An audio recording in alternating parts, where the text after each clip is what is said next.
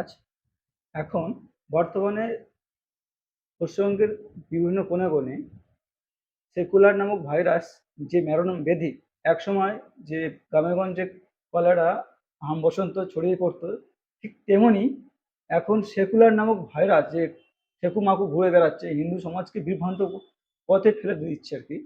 এরা হচ্ছে হিন্দু সমাজকে বিভ্রান্ত পথে চালিত করছে ঠিকই, কিন্তু এদের প্রতিরোধ করার জন্য কি বার্তা দেবেন? সত্যি কথা বলতে, সমাজকে সংঘের তরফ থেকে ব্যক্তিগতভাবে আমি বলছি, যেদিকে দিকে নিচু থাকে, ঢালু থাকে, সেই দিকেই কিন্তু আমাদের জলটা গড়িয়ে যায়।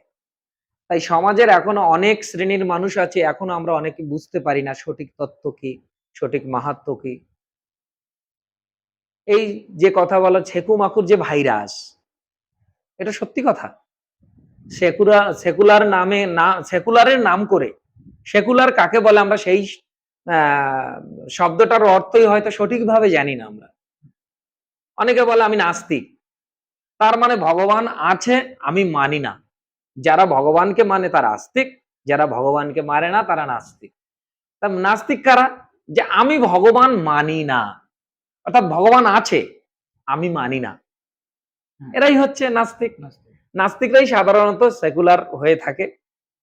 তো সেই জন্য তাদের উদ্দেশ্যে বার্তা যে আপনারা যেটা করছেন, কখনো চালাকি দিয়ে মহৎ কাজ করা যায় না, সাময়িক ভালো থাকা যায়। ঘুরে ফিরে যারা যত সেকুলারিজম দেখিয়েছে, তারা নিজেদের ঘরই আগে দহন হয়েছে, পুড়ে গেছে। রক্ষা আপনারা করতে পারেননি, আর কোনোদিন পারবেনও না। আর ভবিষ্যতে আপনাদের এই অপচেষ্টা কখনো সাফল্যমণ্ডিত হবে না, আপনাদের ধ্বংস অনিবার্য। তাই এখনো সময় আছে, আগামী দিনে রাম রাজ্য স্থাপন হবে, হিন্দু রাষ্ট্র হবেই হবে, তার পথে আমরা এগিয়ে চলেছি। চিন্তার কোনো কারণ নেই, আমরা নিশ্চিত আগামী দিনে আমরা হিন্দু রাষ্ট্র এবং রাম রাজ্য স্থাপন করবই। ধন্যবাদ মহারাজ।